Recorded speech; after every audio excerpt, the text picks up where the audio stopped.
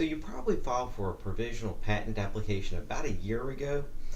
You're getting up toward that deadline where you need to file for a utility patent application, and you're wondering what happens if you don't file for a utility patent application. What are the consequences? And first and foremost, let me just state from the outset that a provisional patent application cannot be renewed. When a provisional patent application expires, it cannot be revived. And ultimately, when it expires, it's as if you never filed anything in the first place, unless you have a utility patent application pending while the provisional is also pending. So when we look at the consequences of a decision not to pursue a provisional patent application, the consequences will depend on really one of three scenarios, and it goes to whether you or someone else, a third party, disclosed information or disclosed that invention. And when I say disclosed, by the way, I'm using this in the broadest sense possible to include sales, offer for sales, public uses, trade shows, things like this. In the first scenario, which I've written down up here in blue, it assumes that there's no disclosure by you and there's no disclosure by others. And the net result is that there's no consequence. So if we look at this on a timeline, you have your invention date and then the day that you originally filed for your provisional patent application. Here's the year that you're probably in now, and the utility application is due.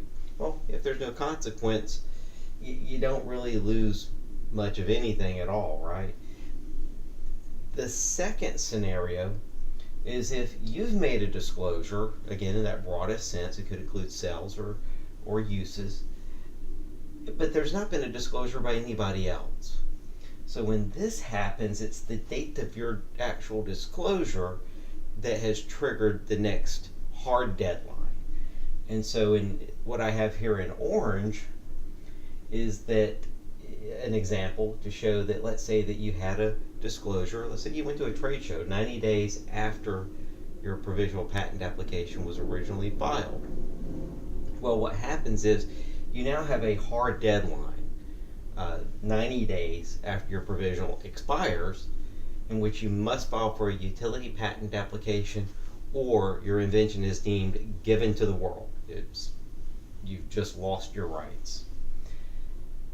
So if you're in an orange or blue scenario, then you may be okay in letting that provisional patent application go.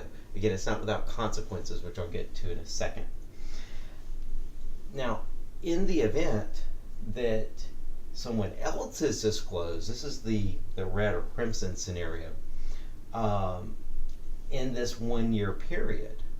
Well, if you let your provisional patent application go, because we're in a first to file system now, so if they disclose, or if they even file for a provisional patent application themselves without disclosing it publicly, guess what?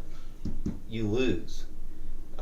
They get your invention, you don't, even though you invented first, even though you have a provisional file first.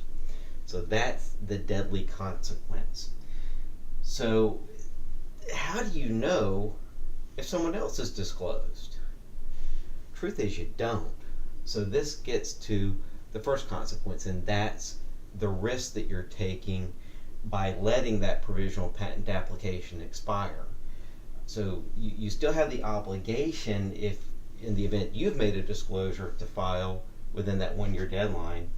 However, if someone else has made a disclosure within that 1 year deadline, or if they filed for a provisional patent application in secret, which again, how do you know this? It's hard to find out if, and usually you can't actually, you lose. And here's an even additional risk.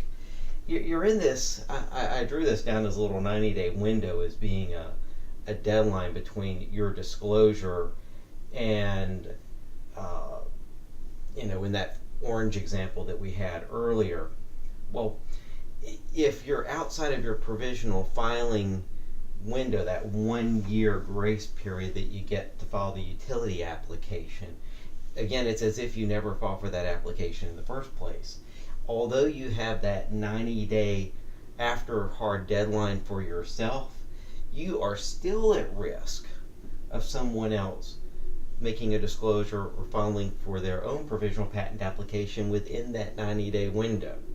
So you're just completely exposed as you were before the provisional patent application was ever filed in the first place.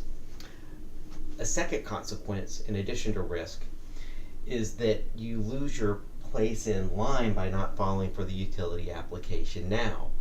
Because provisional patent applications are never examined, it's only until you get that, or only when you get that utility application filed, that you get in line at the patent office for examination. So that's another consequence to consider. So what can you do? These are some balances, but first, if you want to file for an additional provisional patent application to get a 1 year window, an additional 1 year window, you can, but you lose your first one. Your second provisional cannot be based on your first provisional. So what I suggest to my clients, if they're still in a period of uncertainty and they don't have a large budget, is to consider filing something called a skeletal utility patent application.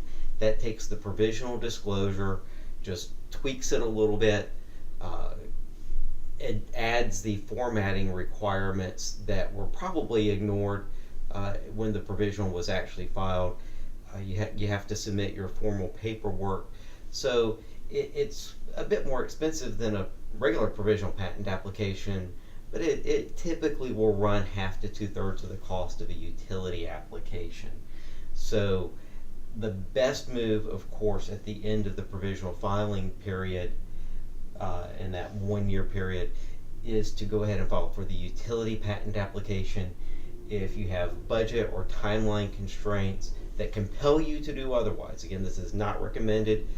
This is like a parachute that the pilots wore in World War II. You don't want to use it, but if your plane's on fire, it might save your life. And that's to file for the skeletal utility patent application. If you have any questions, of course, please ask below. Don't forget to subscribe, and I look forward to seeing you in the next video.